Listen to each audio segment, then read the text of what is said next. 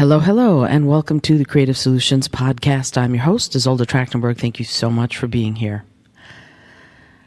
I want to talk to you about something that is uppermost in my mind today, and that's authenticity. And I don't just mean be authentic in your marketing or be authentic in your business. I'm talking about being authentic with yourself, to yourself. What does that actually mean, and how do you do it? Yeah.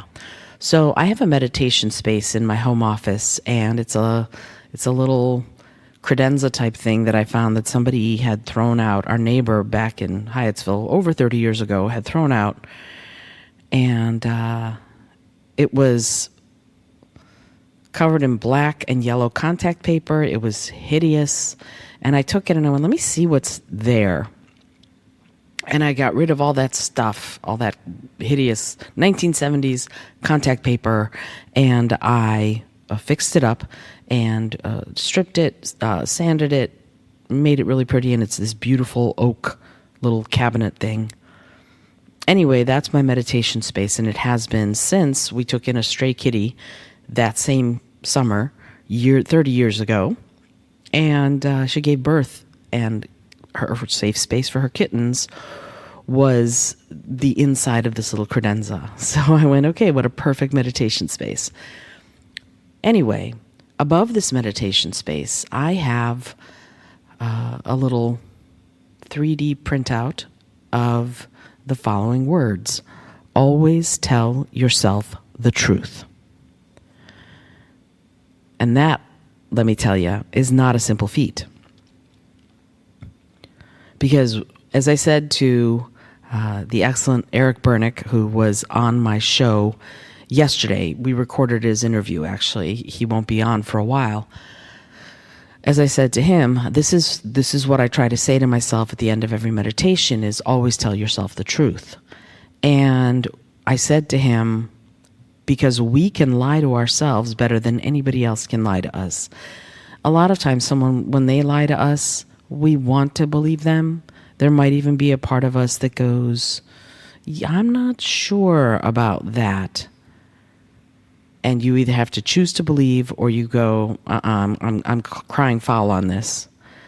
But what do you do to yourself? What do you do to yourself when you are in that position and you're going, okay, I need to do X, and I'm avoiding X, or I don't want to do X, or I'm too tired to do X, or whatever it is. And you'll come up with excuses. You'll dust the house. You'll vacuum. You'll clean the litter box. You'll watch TV. You'll call a friend and go, let's go do something stupid, instead of doing the thing that you are supposed to do. I will say, not that you want to do. And that's because you don't want to do it. I'm facing right now a whole bunch of RFPs, which are requests for proposal from the federal government, where I can bid on contracts and make money, which is, a good thing. And if I'm going to be very honest with myself, I don't want to do it. And so I procrastinate and I avoid, and I make excuses like, oh, I can't understand it. Now, to be fair, government speak in contracts will fry your brain. So it is difficult for me. And when I do buckle down and I do go, this is something that I'm going to do, and I tell myself, self, you are going to do this, I do it. I get it done. The trouble, of course, is I don't know if I am getting it done, right? And what I mean by that is I don't know if I'm getting it done because I have to or because I want to. And I can't help feeling like I've gotten to the age where I want to only do the things I want to do. And that's fair, right? I've been working since I was 13, so over 40 years. And I feel like, okay, I want to be done. I want to spend more time doing the things that I want to do and less time doing the things that I'm required to do. Okay. Nobody cares, right? Who cares that I feel done? Nobody cares. I'm my own boss. I'm an entrepreneur. So no one cares. And I've been saying this a lot to other people too. Not that nobody cares, but that no one's going to care about what you're doing as much as you care about what you're doing. So if you get pissed off at people for not being as into the thing that you're trying to achieve as you are, that's a losing game, isn't it? Because it's not their idea. They might support you. They might want to be there for you. They might want to do something for you. But as far as leading the charge, that's got to be you. You're going to have to be the one who leads the charge for your own projects, for your own things. And you have to be honest with yourself about it. Don't blame other people for not being as into your thing as you are, because it's not their thing, right? No matter how much you might want to support them in their thing and want their support for your thing is the thing that is the biggest thing for you. It won't be the biggest thing for someone else. And there's only so long that someone is going to support you in your thing if all you ever do is ask for more support.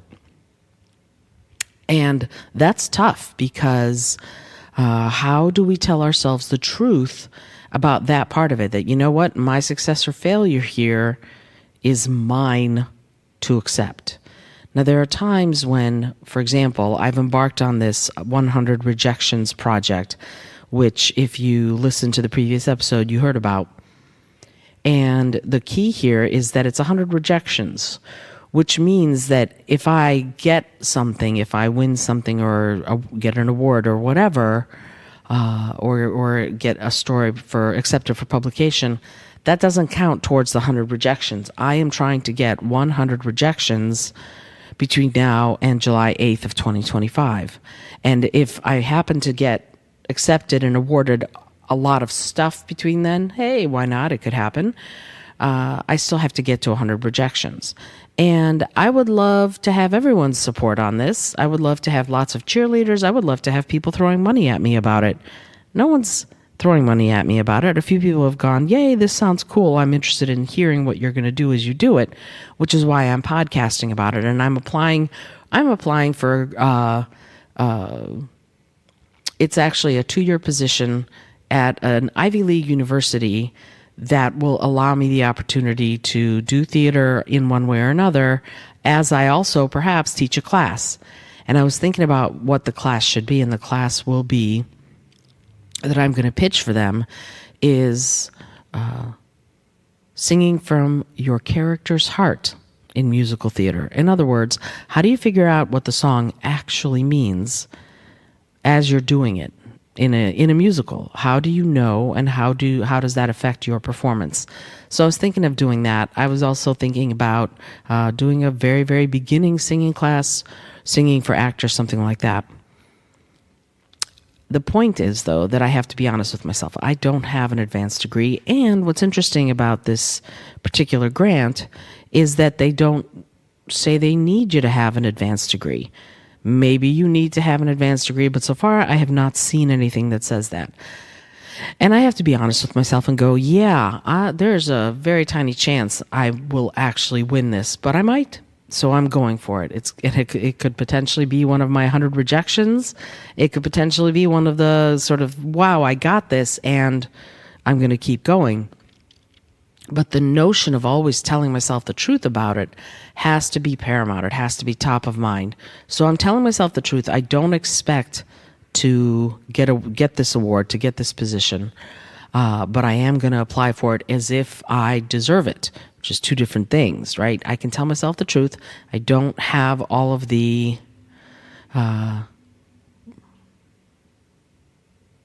potential qualifications that they're going to want, but I have so much experience doing what I think they want done that I'm going to be in the running. Now, that's the professional side. The personal side. Have you ever been invited to a party and you just don't want to go? And you don't want to hurt the people's feelings, so you go. And you're not happy while you're there, and you're a little miserable, but you feel like you've done what you said you were going to do, which is the polite thing. And I've been thinking about this and going, is it really the right thing to do? Or is it perhaps better to be a Phoebe and go, yeah, you know, I'd really like to help you move, except for I don't want to. And And that's that. And that's how Phoebe does things in the TV show Friends. And we kind of forgive her trespasses. We go, oh, that's Phoebe. But I wonder about that.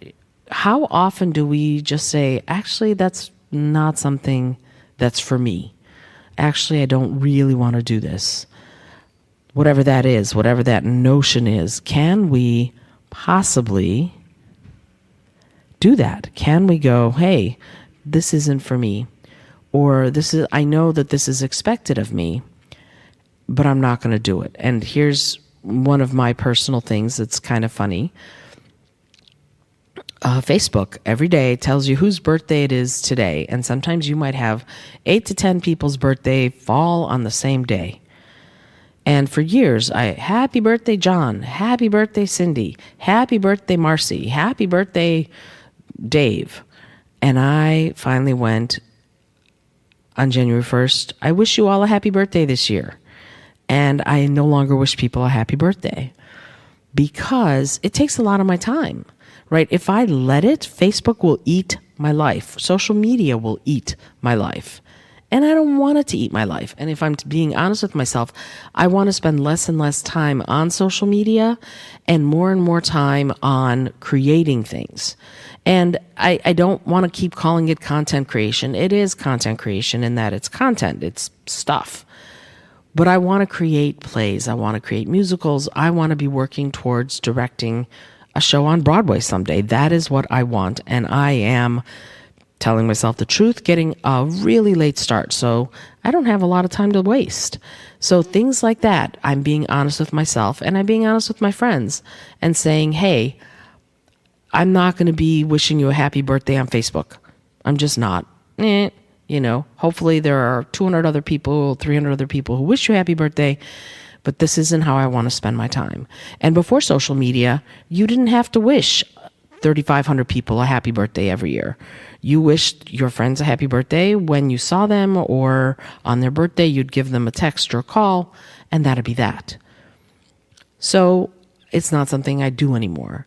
And I have to be honest with myself and say, yeah, there are probably some people whose feelings I'm hurting by not wishing them a happy birthday. It's possible. So my way of removing myself from that is I no longer made my birthday visible on Facebook. So when my birthday comes and goes, the people who know might remember and wish me a happy birthday, but I'm not expecting anyone else to remember. And it's an interesting sort of realization for me that, you know what, I'm pulling away from some of this. And in being honest with myself and saying, this is something that's good for me because I want to spend more time writing and creating and being involved in theater and doing that and networking in that way and meeting people and collaborating and doing all of that. That's where I want to spend my energy. That's where I want to spend my time. And being someone who suffers from hypothyroidism, although right now I'm in the normal range, yay, I have to be very stingy with my energy levels. I don't have a lot of good hours every day. And so I want to spend what good hours I have every day doing the things that I am interested in doing, that I want to do, and that will get me closer to those goals. But again, I have to be honest with myself and say, you only have about 6 really good hours a day. You need to be very, very certain how you want to spend them. So I'm looking at my very messy apartment right now going, yeah, that's not one of the ways I want to spend my time. And for years, Rich, who is a bigger slob than I am, and I would have these huge arguments about the state of cleanliness of our apartment. And I kind of had to let that go and go, you know what? I am never going to be that person. But the other part of that is I have to let go of my shame over when somebody comes into my house and judges what my house looks like. So as part of telling yourself the truth, you have to let go of the shame that comes with accepting that truth. Think about that. As part of telling yourself the truth, you have to release feeling ashamed about that truth. Because you can't have it both ways. You can't both admit the truth and be ashamed of yourself. Admit the truth, accept it, and then move on, incorporating that truth into your world. Wow. Yeah, that's interesting, isn't it? And I think it works. I really do think it works on a personal and on a professional level. That's something. All right, cool. I hope you enjoyed today's episode. Yeah, that was something. I'm Isolde Trachtenberg for the Creative Solutions Podcast, reminding you as always to subscribe to the show, tell your friends, tell yourself the truth, and be bold, be creative, and most of all, be kind.